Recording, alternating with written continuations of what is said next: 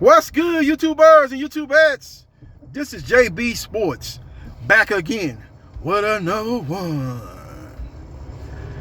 Spence Jr. versus Spence-Crawford saga continues.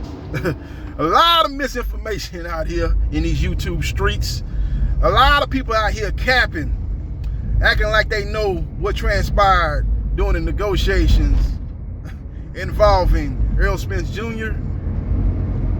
and Spence-Crawford.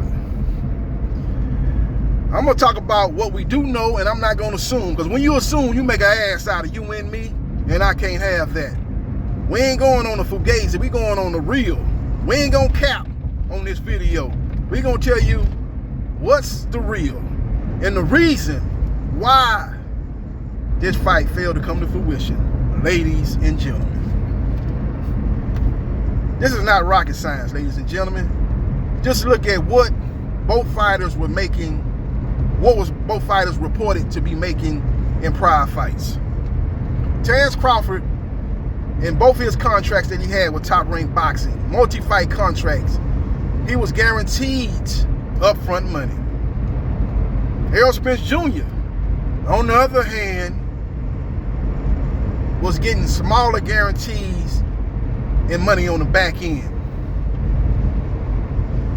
What you saw reported by Dan Raphael and these boxing columnists was not what actually was transpiring as far as what Spence Jr. was earning when he fought Ugas, when he fought Mikey Garcia, when he fought Sean Porter, all these fights that he was fighting on pay-per-view. What was being reported was only half the story, ladies and gentlemen. That wasn't the full story of what he was making. Now, Spence-Crawford is no longer aligned with Top Rank Boxing. His contract ran out, and they mutually decided to go their separate ways. But Spence-Crawford, who was making guarantees with Top Rank Boxing, was expecting a guarantee in what he considered the biggest fight in boxing.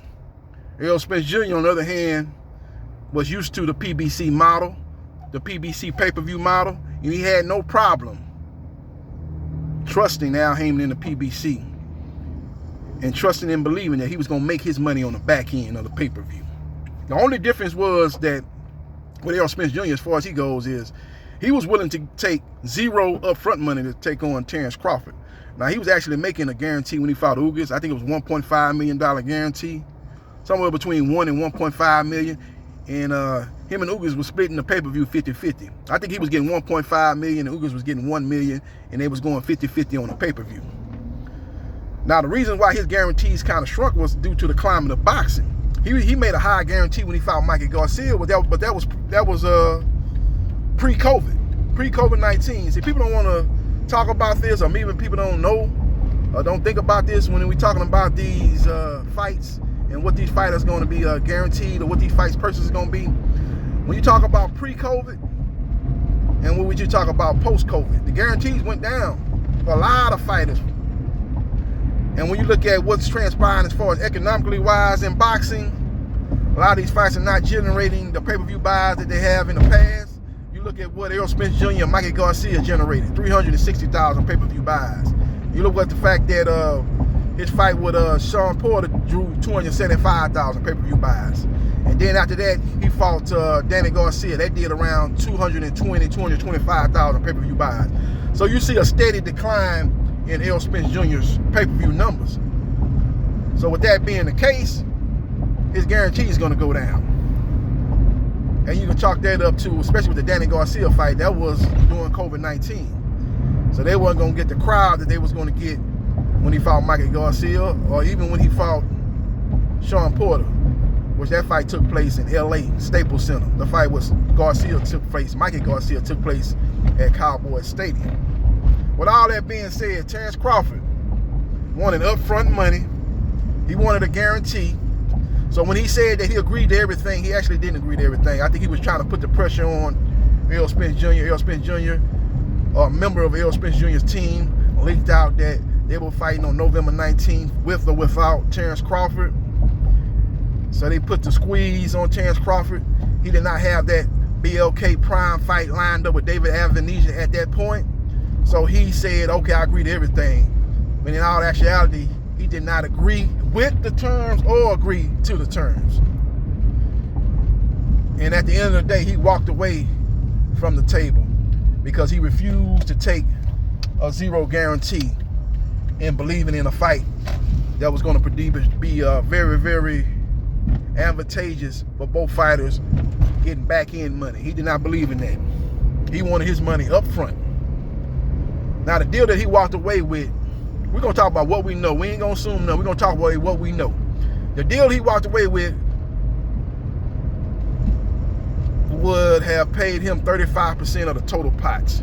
Errol Spence Jr. would have got 65% of the total pots. Both fighters would have got zero guarantee. Now, a lot of people up in arms like, man, what? A fight of this magnitude, you mean to tell me that neither fighter's going to get a guarantee? Well, you know Tyson Fury versus Anthony Joshua, that fight was supposed to go down in the Middle East. Did you know that both fighters were not going to get no guarantee? They was getting a total pot. You know, they were getting a total pot of the money. Now, you know, the Saudi Arabia, they got those deep pockets, and they was paying huge site fees. But it was no upfront money for Tyson Fury. It was no upfront money for Anthony Joshua.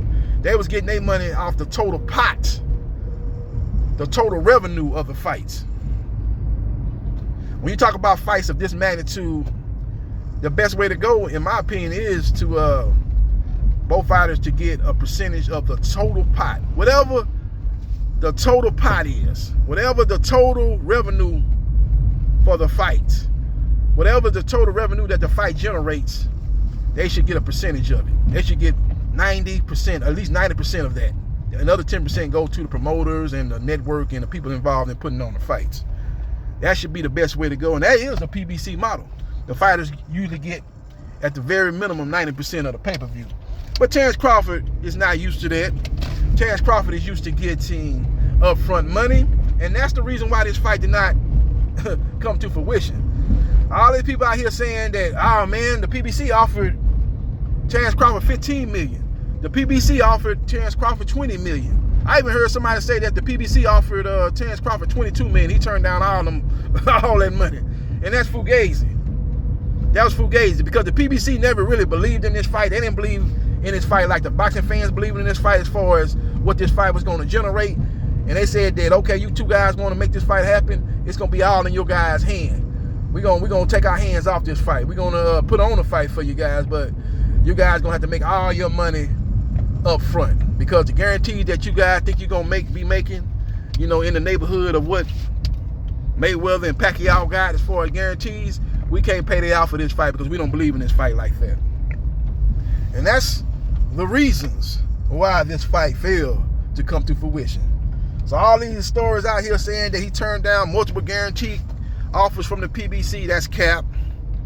That did not happen. The PBC was always trying to make the fight happen. And that's the reason why we don't really have no fights lined up. You look at the month of October and the month of November, and here it is coming up on December. We've hardly had any significant fights in the sport of boxing, especially when you talk about PBC fighter. And that let me know that the PBC was really trying to make this fight happen at the request of Errol Spence Jr., and they put everything else on the back burner. And that's the reason why we ain't got no fights lined up with Jerome Boots Ennis, who's not actually with the PBC, but fights on the same network as a lot of PBC fighters, Showtime. That's the reason why we ain't got no fights lined up as far as the Jonas goes, the WBA regular welterweight champion. All those guys were sitting, waiting on Crawford versus Spence to get finalized. And then it was going to be a domino effect, and they will be able to make the rest of their winter 2022 schedule. Now that fight failed to come to fruition, the PBC is basically have to recalibrate and get these fighters lined up to fight in the early part of 2023. So we will see what happens and we will see what transpires. But it's very, very interesting when you hear all these people coming out with these reports or doing these YouTube videos and saying that Terence Crawford turned down multiple contracts with guarantees, and that was not the case. People saying that the PBC offered Terence Crawford a 3-fight deal. He would fight Errol Spence Jr. If he defeats Errol Spence Jr., maybe there would be a rematch clause. He had to beat Errol Spence Jr. again, and then after that he could take on Undisputed junior middleweight champion Jermell Charlo. If he beats Charlo, then he would take on Danny Garcia, who he's 1-1 in the amateurs with. And that's not the case. And a lot of people still out here saying that, Errol Spence Jr. is going to fight Keith Thurman, and Chance Crawford is going to fight David Avenesian. If both fighters win, that being Spence and Crawford, they can fight for undisputed in the early part of 2023. That's not going to be the case. If they fight, it ain't going to be for undisputed.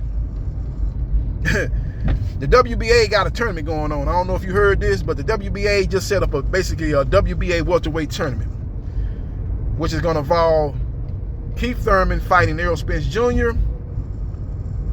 for the WBA, WBC, and IBF titles. And then you have the WBA regular welterweight champion, Matheus Stillionis, taking on top WBA contender Virgil Ortiz. And the winner of those two fights will meet up in the summer of 2023. That's what the WBA is setting up. So if Errol Spence Jr. wants to bypass that, maybe fight Thurman and then try to take on Crawford, it won't be for undisputed. The WBA will strip him. He's obligated to take on the winner of Stillionis versus Virgil Ortiz. Now, Errol Spence Jr. had said that if he couldn't get the Chance Crawford fight, he would move up to 154. And if he does do that, then okay. It is what it is. He moves up to 154. And maybe him and Chance Crawford can fight at 154. But if that's the case, the biggest fight at 154 involves undisputed junior middleweight champion Jermell Charlo. He got all the belts. So you're going to mean to tell me that Spence and Crawford going to fight at 154 and ain't going to be for no belt? So what sense does that make? You know, it's going to be at a it ain't going to be for undisputed. It's going to be at a weight class where it's not even going to determine the top dog at that weight class. Because everybody know the top dog at 154 is Jermell Charlo. He's got all the belts. Right? You know, he's got all the belts. So what sense does that make? So basically what I'm saying is Errol Spence Jr. versus Chance Crawford is likely DOA for various reasons. Number one reason is it's not going to be for undisputed if they do fight at 147. Number two is, why in the hell would a PBC and Errol Spence Jr. go back to the negotiating table with Chance Crawford when Chance Crawford basically ran out the back door and signed to fight David Avenesian and left them standing at the altar? Why would they go back and deal with that individual again? I don't see that transpiring. I don't see the fight actually coming to fruition. This is a missed opportunity. I think this fight is going to go down the same road as Riddick Bowe versus Lennox Lewis. There's a lot of other fights that did not get made. You know, Sugar Shane Mosley versus Felix Trinidad. I wanted to see that fight at the 147. That fight failed to come to fruition. There's a lot of fights we did not get. Yeah, you know what I'm saying? So it is what it is. So we will see what happens. And we will see what transpires. Follow me on Facebook, Gerard.Briscoe.3551. Like, share, and subscribe to JB Sports, the man, the myth, the legend. And I holla.